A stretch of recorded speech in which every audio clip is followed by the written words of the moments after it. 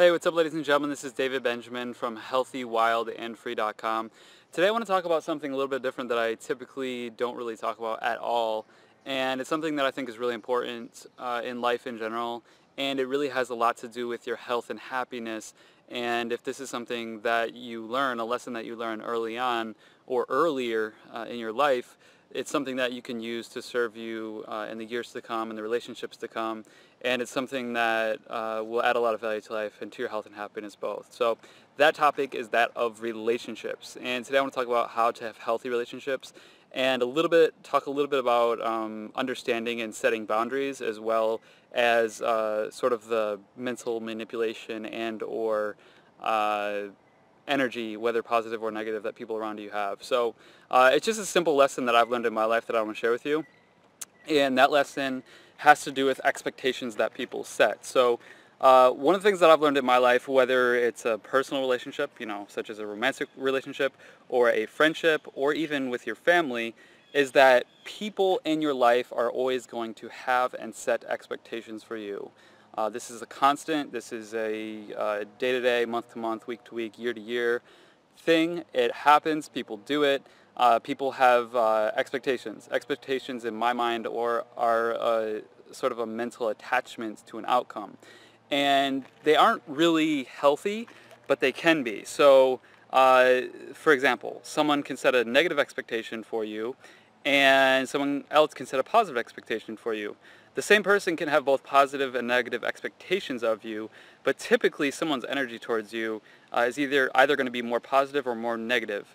Typically, a family may be more positive and supportive, but they also may be more negative depending on your scenario or situation. Your spouse, your significant other may be more positive or more negative depending on the situation. At any given time in life, I have a fly. At any given time in life, people will be either more positive or more negative and hold those expectations for you. And I would look at an expectation as sort of an externalized belief. So an externalized belief is something that someone believes, but they externalize it in the form of communication. And that can hurt you, but it can also serve you. So I think your job ongoing in life is to always understand and better assimilate and understand and digest people's expectations of you and the place that they're coming from. So, for an example, let's create two specific examples and scenarios that we can use to kind of dissect a little bit deeper. Say someone sets a negative expectation for you. That expectation will be something that they will carry on for, because once again, an expectation is an externalized belief. So that belief, it's coming from inside of them, is externalized in the form of an expectation. So that expectation, if they have it, and it's negative, and it's slanted against you, against your progress, against your evolution, against your positive growth, that negative expectation will continue to manifest itself in new ways and through new styles of communication.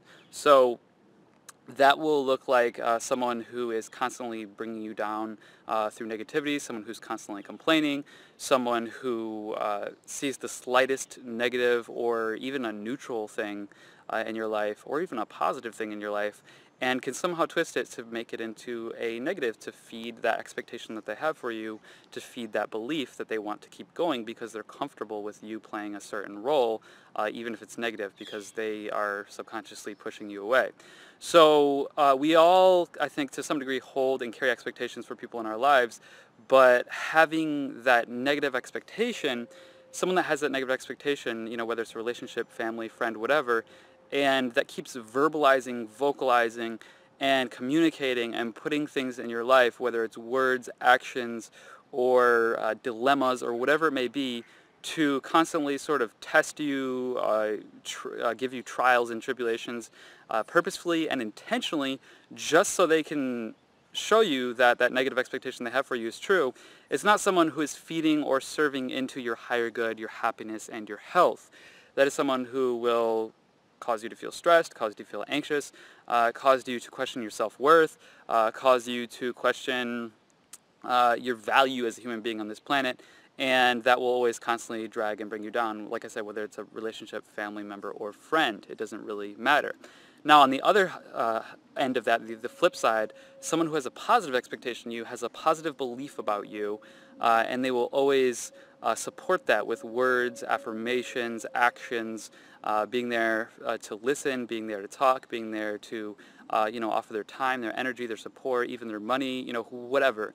Those people, and typically, for most people, not all people, but for most people, think about your mom. Your mom is always there for you. Your mom is always supportive. Your mom is always positive. Your mom, most people's moms are always going to be that person. They're always supportive, caring, loving, cherishing, and all those positive things, and they're usually communicating that and making that known. In most cases, obviously not in all cases. We all have different lives, and we all deal with different trials and tribulations.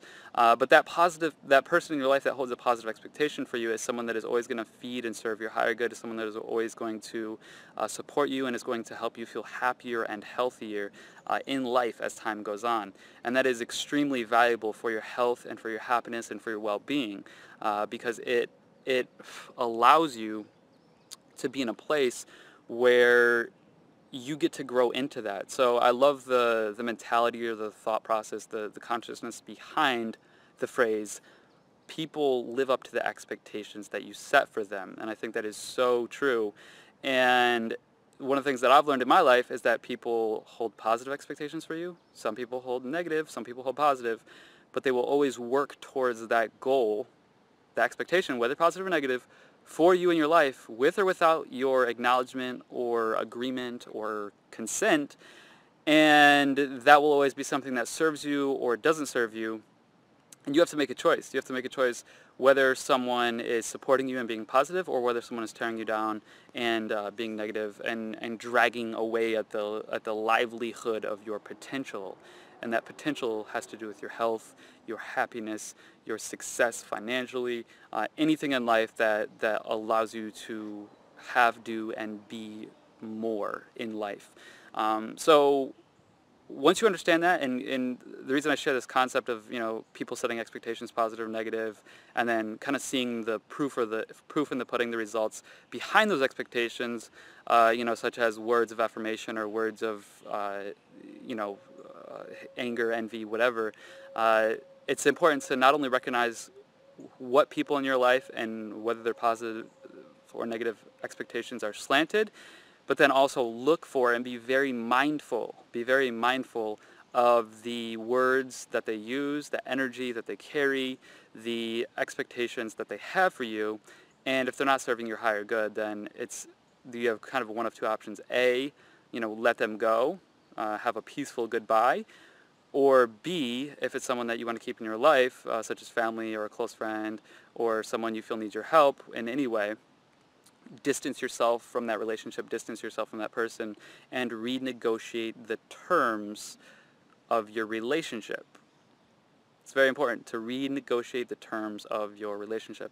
Renegotiating the terms of your relationship allows you to set and establish boundaries that don't eat away at your potential, but also allow the person who's degrading or defacing you to address their psychological issues and to start to build themselves up and to stop tearing others down. Because most people that set negative expectations and belittle people and speak negatively, complain, etc., these people that are more on the negative side of the fence are typically doing this in their own lives.